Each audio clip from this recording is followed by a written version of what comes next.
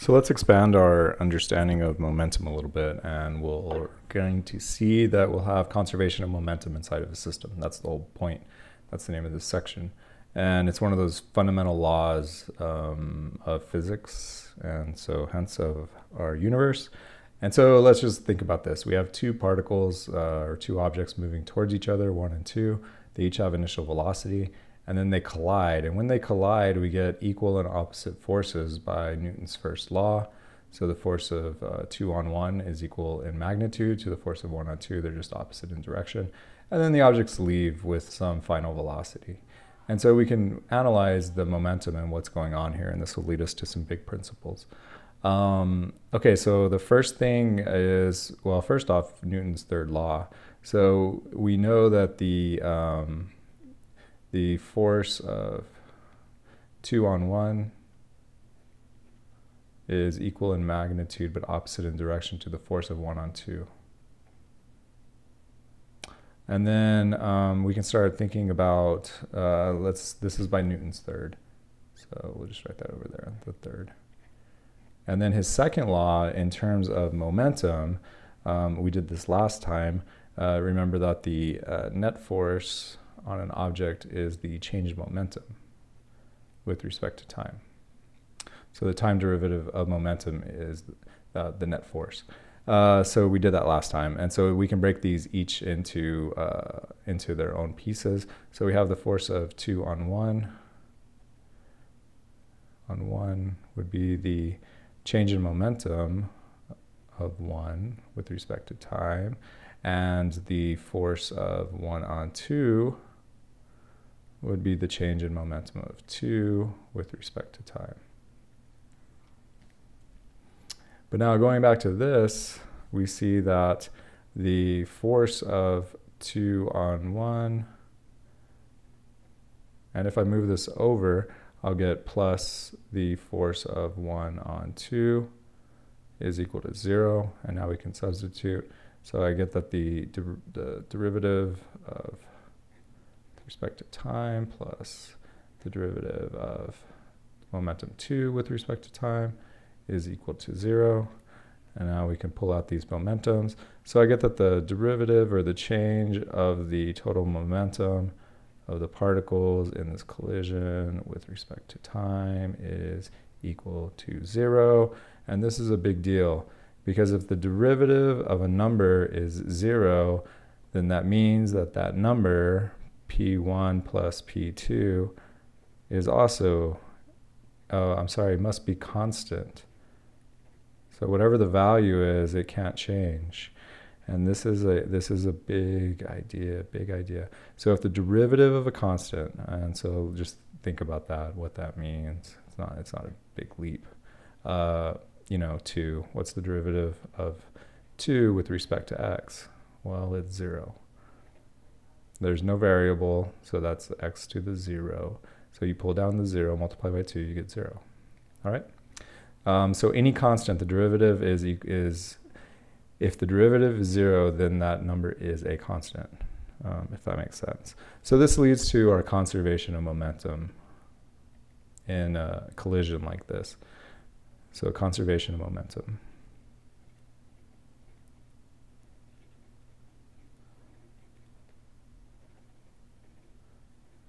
And we'll put momenta because it's the individual ones. And it just says that if we have a number of particles, P1 naught plus P2 naught is equal to P1 final plus P2 final. And you'll be using this in the practice, conservation of momenta. All right, I'll do an example later on. Or actually, let's go ahead and we could talk through one. So let's see how we could use this. So let's suppose that I had some mass moving along a surface. Mass 1 is moving with some velocity in this direction. And mass 2 is just sitting still, not doing anything. So the velocity is 0. And then so this comes over, bangs into the mass 2. We'll assume that these masses are equal. It doesn't matter if they are or not. So it collides and then they stick together, and so they come off the other side and they're stuck together. And we'll do more with collisions actually right after this lesson. So they have some final velocity over here, moving this way. So suppose I wanted to know the final velocity and I knew some stuff. But what we can say is, well, I know that the momentum of each of these things is going to be conserved. So I could do the momentum of 1 plus the momentum 2 is equal to, and O, and those are initials, is equal to the final. And so we have m1 v naught. The momentum of 2, since this velocity is 0, it's m times 0, so it'd be 0, is equal to, afterwards, the momentum of 1 would be mass 1 times the velocity vf, plus mass 2 times the velocity, but it's the same velocity. They each have the same velocity, so here's what we'll do. We'll do mass 1 v naught is equal to, we'll factor out the vf, but I'm going to put it on the right side. So mass 1 plus mass 2 times vf. And that's pretty convenient, and it makes sense. You know, the momentum of both of these, they combine together, those are the masses, and have the same velocity, so we get the same momentum. So all the momentum of the first mass goes into the second mass, but the mass is increased. And this makes it easy to analyze situations like rockets where the mass is changing over time. You know, I might have, it's lost so many pounds of fuel, so we could subtract it over here, and we could figure out the velocity of the rocket after a certain distance. That sort of problem. All right, so this is good for 2 particles. What if we have an entire system of particles? So let me open up a new page. Give me just 1 second. Nope. Or maybe I should save it. Yeah, you know what? I'll save this and I'll put it out there as a picture. Hold on a sec. Pick one.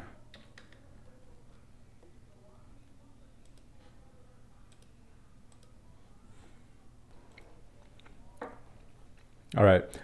So let's talk about a system of particles. A system of n objects or particles. I'll just put objects. So what we're talking about here is, you know, if I have some defined system, and then within that system we have a bunch of objects moving around and exerting forces on each other.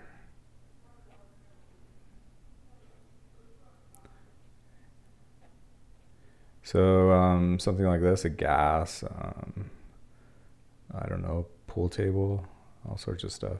So you have all these particles and they're all moving around inside of what we define our system to be. So in this case it would be these 4 objects, but we could do this with 1 billion if we wanted.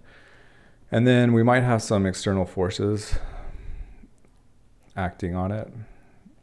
You know, there's people over here shoving the atoms around. If they get close, they push them or something.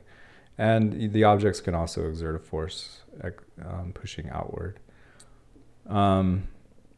Okay, so how do you even begin to try to start to think about this? And what's beauty is that it's going to come out, it's going to be really simple. The first thing to think about is like what's happening inside of here. And so, you know, basically what we want to do is we want to add up all the momentum.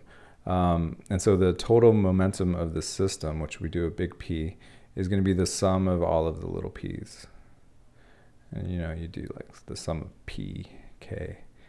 Okay, so we would sum up all these momentum, but the momentum is tied to the forces involved, right? So you'd have like the force of 3 on 2, but also 2 on 3. And so what ends up happening is that it's not going to change inside. All the momentum is fixed. We just learned that, right? We just learned that all the momentum inside of or in a collision, it stays constant. So I'm trying to skip, okay, because I have the derivation for this, but I didn't want to go through it all because you end up with some double sums and some interesting notation. So I'm going to include it after this. It'll just be in a file. I'll scan it so that you can see it. But essentially what we get down to is that the total change in momentum with respect to time of a system is just all that it is the sum of the external forces. And it's only the external forces. Because of that, if this has a force on 2 has a force on this, so they cancel out. So you have 0. The change in individual momentums in here, of total momentum, it's not going to change. They're all going to, it's constant. It doesn't change. And so all we care about are these external forces. And this is a big concept.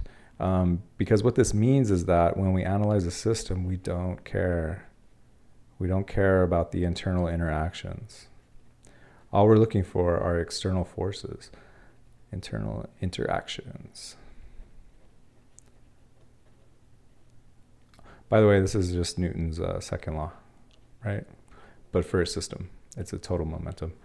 And then also the big implication, the big one that we'll be using, is that in an isolated system,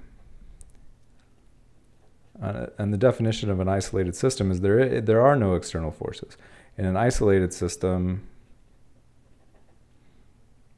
the net force externally is equal to 0. So that implies here that the change in momentum of the system is also 0. So there's no change in momentum of the entire system. And that's beauty. In fact, that's a law. And that's our law of conservation of momentum. So the law of conservation of momentum.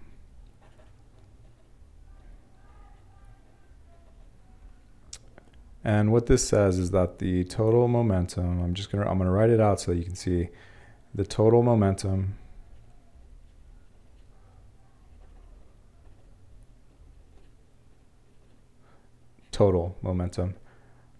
of a system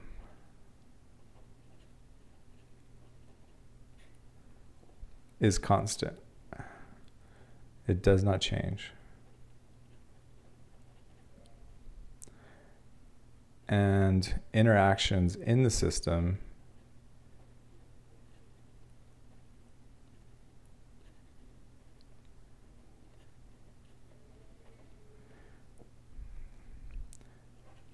do not change the momentum.